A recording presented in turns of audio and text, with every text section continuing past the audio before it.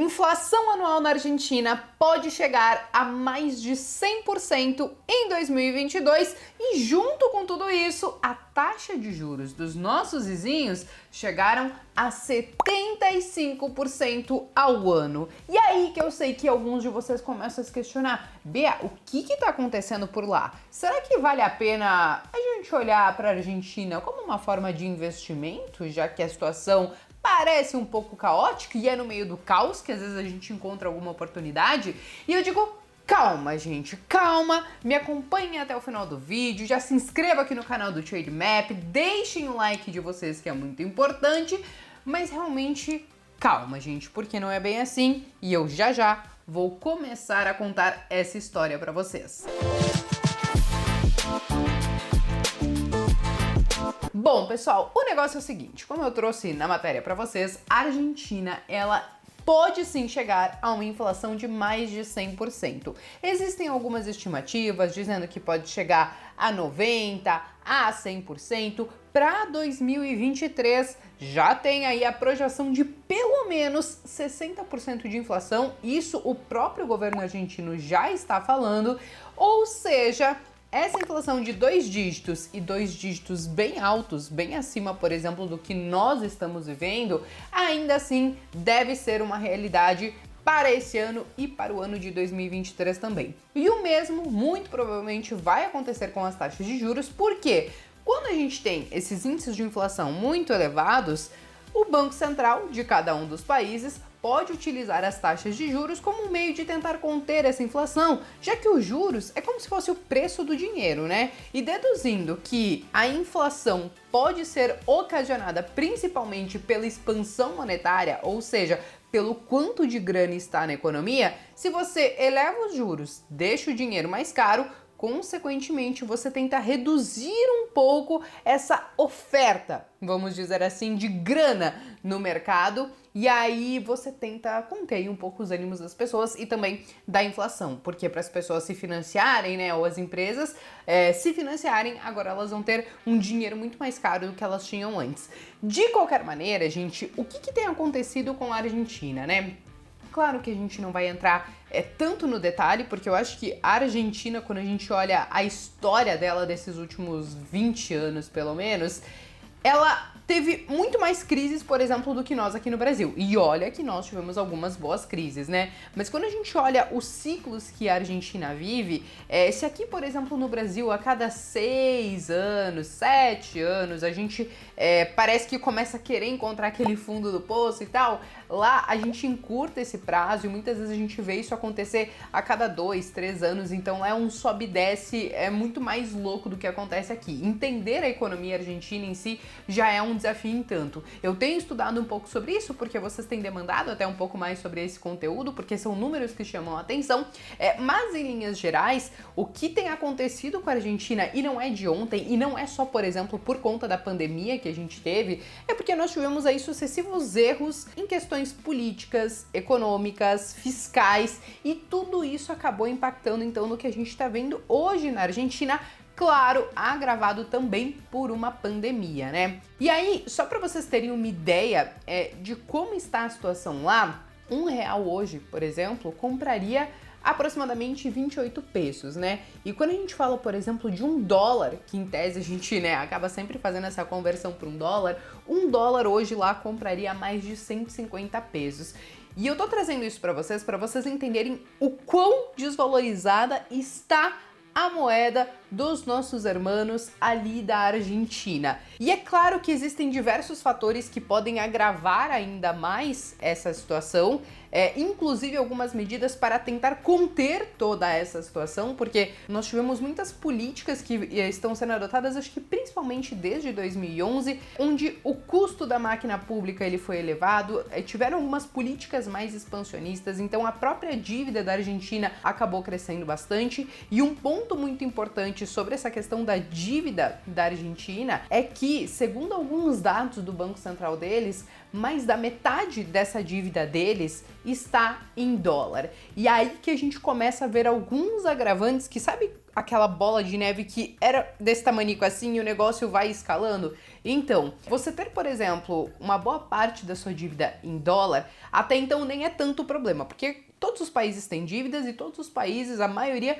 tem dívida em dólar também. Mas existe um outro ponto que é muito importante, que é justamente o que você acaba fazendo com a sua moeda. Porque se a sua moeda se desvaloriza como a da Argentina se desvalorizou, então, consequentemente, essa dívida que você tem em dólar, ela vai pra lua, ela acaba explodindo, porque o custo dessa sua dívida acaba ficando muito grande, principalmente considerando que $1 americano, ele compra 151 pesos, pelo menos na última atualização que eu tô trazendo pra vocês. E aí o que acontece quando a gente olha lá pro lado da Argentina, né? Existe um negócio que a gente chama de reservas internacionais. Aqui no Brasil a gente tem, na Argentina eles têm também. E essas reservas internacionais, elas poderiam ser utilizadas como se fosse um colchão de segurança pelos países. Por quê? Com essas reservas internacionais, você consegue até então assegurar ali um pouco da sua dívida com esse colchão financeiro, mas você também pode utilizar em parte essas reservas para tentar conter muitas vezes uma volatilidade muito grande do câmbio. Então, por exemplo, aqui no Brasil, a gente tem o sistema de câmbio flutuante, né? Então, quem define o preço até então do valor do dólar e tal, acaba sendo o próprio mercado. Só que o que o Banco Central pode fazer em determinados momentos onde talvez a gente tenha uma volatilidade muito grande, que o dólar está subindo muito ou até mesmo caindo muito? Ele pode entrar atuando com essas reservas, comprando ou vendendo mais dólar para tentar controlar o preço e deixar dentro ali de uma banda de preço. Então, quando a gente fala de câmbio flutuante, aqui no Brasil a gente chama de câmbio flutuante sujo, porque sim, a gente pode ter essas intervenções do Banco Central. Só que aí, voltando lá para os nossos irmãos, lá para a Argentina, essas reservas internacionais deles acabaram sendo reduzidas drasticamente ao longo dos anos, chegando ao ponto, por exemplo, de que eles hoje não têm reservas internacionais o suficientes, ou seria basicamente para empatar, com o valor de importações que o país acaba fazendo. Então, se a Argentina só nesse primeiro semestre de 2022 importou mais de 41 bilhões de dólares, basicamente a reserva conseguiria cobrir um semestre de importação. E aí vocês devem estar pensando, beleza, Bea, mas isso é pouco. Bom, comparando aqui com o Brasil, hoje nós temos praticamente 170% do valor do quanto a gente acaba importando, né? Então, se a gente considerar que no primeiro semestre nós importamos aproximadamente 130 bilhões de dólares, então o que a gente tem? Que as nossas reservas internacionais em bilhões, isso vocês conseguem constar no próprio site do Banco Central, estão em 327 bilhões. Então nós temos uma folga relativamente grande com essas reservas internacionais, onde a gente consegue ter um colchão financeiro muito maior, um colchão de segurança maior e também, em casos pontuais, se for necessário, se o Banco Central achar que é necessário, intervir até mesmo no câmbio.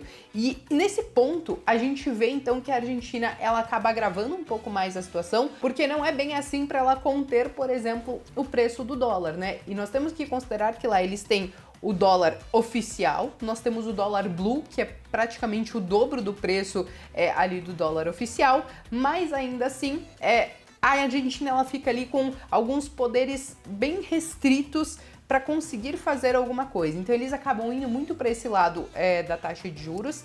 E aí também tem um outro ponto, né, um outro agravante que foi a própria questão do FMI, né, porque antes mesmo do governo atual, a Argentina ela já teve, né, que pedir um socorro para o FMI de mais de 44 bilhões de dólares, né? Então essa dívida ela vem crescendo ao longo desses últimos anos ainda mais. O próprio FMI já disse que existe um risco muito alto de eles não cumprirem com tudo que eles precisam fazer, né?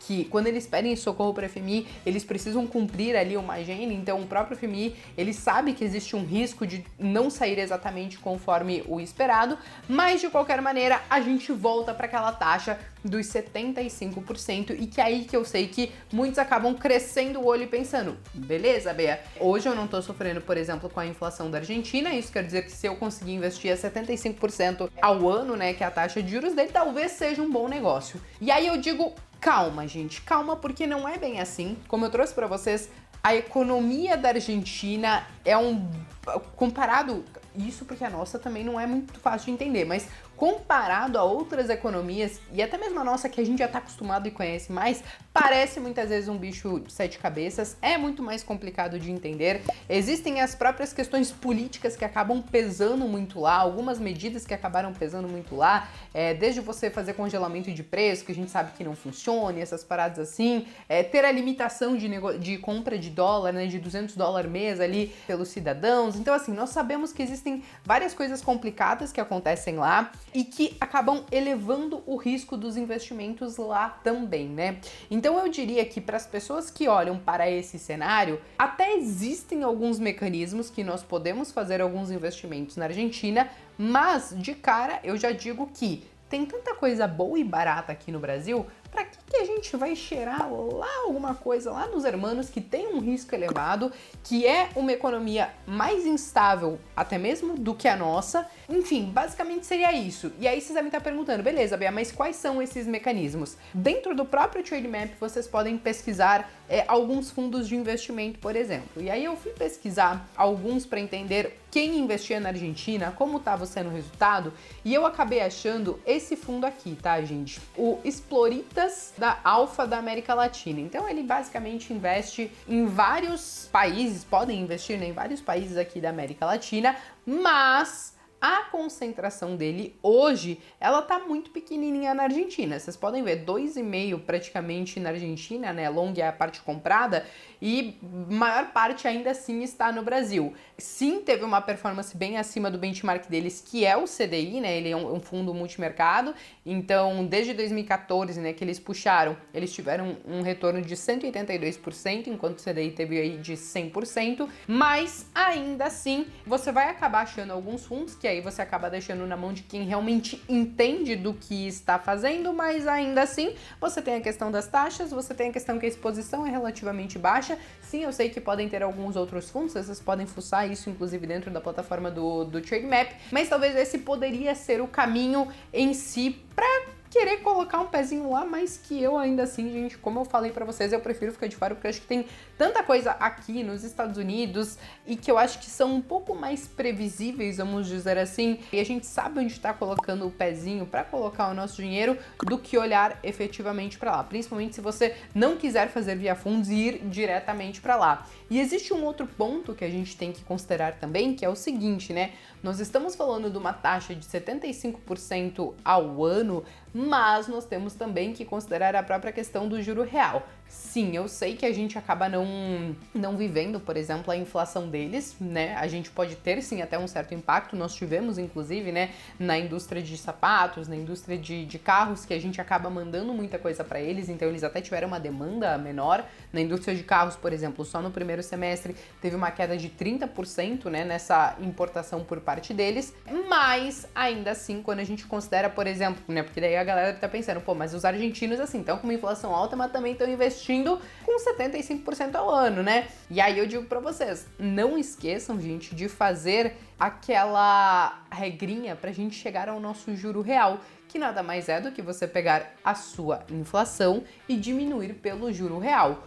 Hoje, considerando os índices de inflação, nós teríamos na Argentina um juro real negativo. Então, de nada adianta você investir em 75% e você ter uma inflação de 100%.